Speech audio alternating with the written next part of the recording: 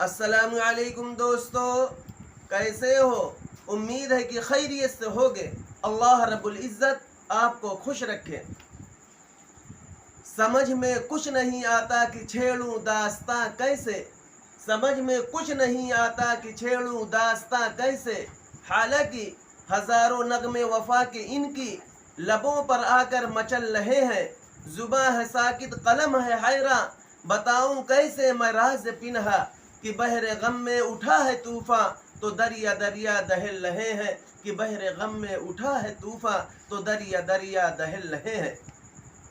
आज लोग हमसे तिरंगा यात्रा और घर घर पर कौमी परचम के बारे में सवाल करते हैं कि ये क्यों किया गया।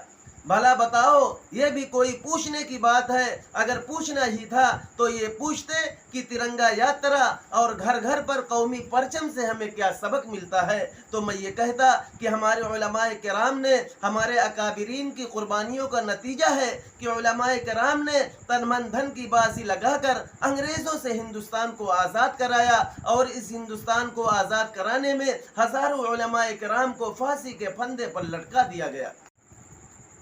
इसके अलावा उलमाए किराम ने तमाम सऊबतें बर्दाश्त करके हिंदुस्तान को अंग्रेज़ों की ग़ुलामी से आज़ाद कराया।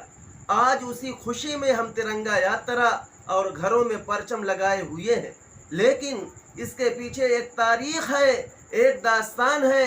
हमें उस तारीख़ और दास्तान को जानना होगा। हमारी दास्तान को अगर जानना है तो हमारी दास्तान को आप इस तरीके से जान सकते हैं कि हमारी दास्तान दिल्ली की चांदनी चौक से लेकर खैबर तक के दरख्तों से पूछो, हमारी दास्तान दिल्ली की जामे मस्जिद से पूछो, हमारी दास्तान लाहौर की शाही जामे मस्जिद की दरो दीवार से पूछो, हमारी दास्तान अफरंग के बर्पा किए हुए तूफानों से पूछो, हमारी दास्तान बालाकोट की पहाड़ियों से पूछो, हमारी दास्तान अफगानिस्तान के बुलंद व बाला पहाड़ों से पूछो, हमारी दास्तान अदालत के कटेरों से पूछो, हमारी दास्तान जंदा की कोठरियों से पूछो, हमारी दास्तान अदालत की तारीख कोठरियों से पूछो, हमारी दास्तान फांसी के फंदे से पूछो। ये तमाम की तमाम हमारे नगमे और महरो वफा के गाने गाएंगे और ये कहेंगे, वाकिफ तो है इस राज से ये दारो रसन भी, वाकिफ तो है इस राज से ये दारो रसन भी, हर दौर में तकमील वफा हमसे हुई है। दिल्ली के चांदनी चौक से लेकर खैबर तक कोई दरख्त ऐसा न था जिस पर उलमाए किराम की गर्दनें न लटकती हो। लाहौर के शाही जामे मस्जिद, जिसमें अंग्रेज़ों ने फांसी का फंदा बनाया था, एक एक दिन में एक एक हज़ार उलमाए किराम को फांसी के फंदे पर लटका दिया जाता था। लाहौर की दरियाए रावी, जिसमें उलमाए किराम को बोरियों में बंद करके दरियाए रावी में डाल दिया जाता था।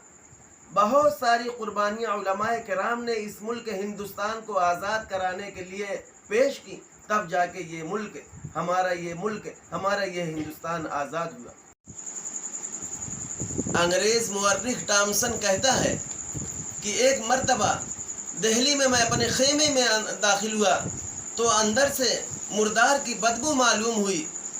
जब मैं खेमे के बाहर गया तो मैं देखता हूँ कि वहाँ एक कढ़ाई है, उसमें तेल खौल रहा है और 5 उलमाए किराम को उसमें डाल दिया गया। उतने में 5 उलमाए किराम को और बुलाया गया।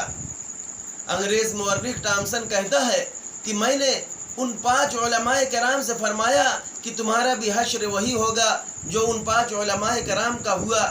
तुम 5 में से सिर्फ ये कह दो कि हिंदुस्तान की आज़ादी की लड़ाई में मैं शामिल नहीं था, तुम्हें छोड़ दिया जाएगा। टॉमसन कहता है कि मुझे पैदा करने वाले की कसम, कोई भी उलमाए किराम उन 5 में से ऐसा नहीं था जो ये कह देता कि हिंदुस्तान की जंग आज़ादी में मैं शामिल नहीं था। 5 के 5 उलमाए किराम ने शहादत को कबूल फरमा लिया, लेकिन किसी ने ये नहीं कहा कि जंग आज़ादी में मैं शामिल नहीं था।